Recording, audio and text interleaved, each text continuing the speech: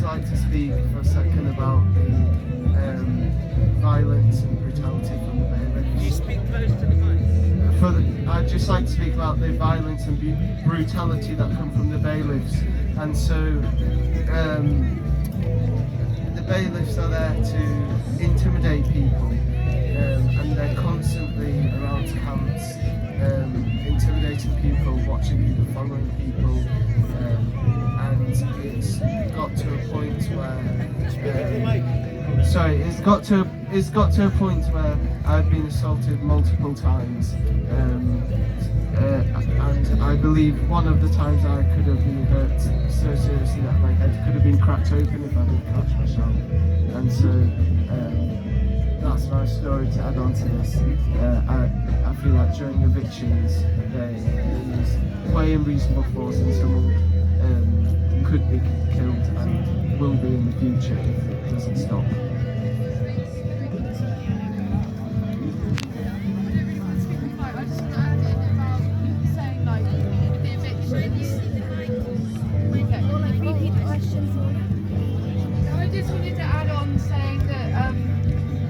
People being in danger in evictions. There's currently people underground. It's been something like 26 days, and these orders are coming from HS2 rather than just actually bloody digging them out as they usually do. They're just leaving them down there, hoping that they'll come out or something, which I think is a ridiculous thing for them to assume that the people down the tunnel are just going to come out. But they've not put air down there. So these people have been down there for like 26 days with no air supply, so running on really low oxygen. And it's just stupid. It's just a stupid game for them to be playing, starving people of oxygen. So that was just something I wanted to highlight. Yeah, and stories like this are not uncommon. When I was in the Euston Tunnel, I woke up after a few hours of being asleep and I couldn't breathe, and I said to the person next to me, "Can you breathe?" And they said, "Yeah, I'm fine," but I was right at the back of the tunnel, and when they came to the back, this was only after a few hours too, they said, "Actually no, we can't breathe, they've turned the air off," and they had, and if we hadn't have woke up, we may well have died in there because they turned the air off. So stories like this are not uncommon, and they do this to people. So it is really important that we do support those that are still down the tunnel there.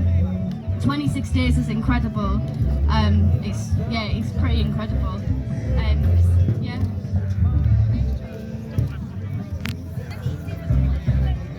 I suppose my question might end up being a bit more of a discussion, but that's around how can non-BIPOC activists support BIPOC activists? You've spoken so much about the racism, like there's so much evidence just from you alone, but also just all across the board and all across the history of active resistance. So what would that look like? What can everyone do?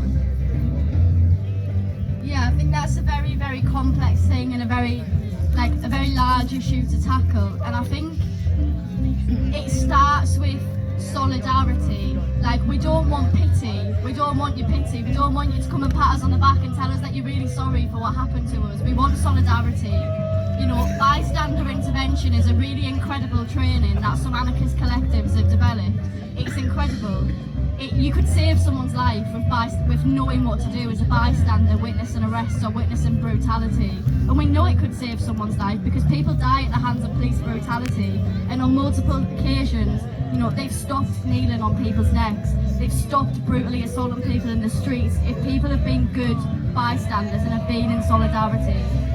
So I would really, really recommend any people that would like to be better allies and in better solidarity to do bystander intervention training, because it really will, like, one day it could save someone's life, and even it could even just save someone the trauma. And that's all we want. We want our black and brown sisters and brothers to be, and non-binary folk, to feel safe. That's what we want. We want people to feel safe and respected in these spaces.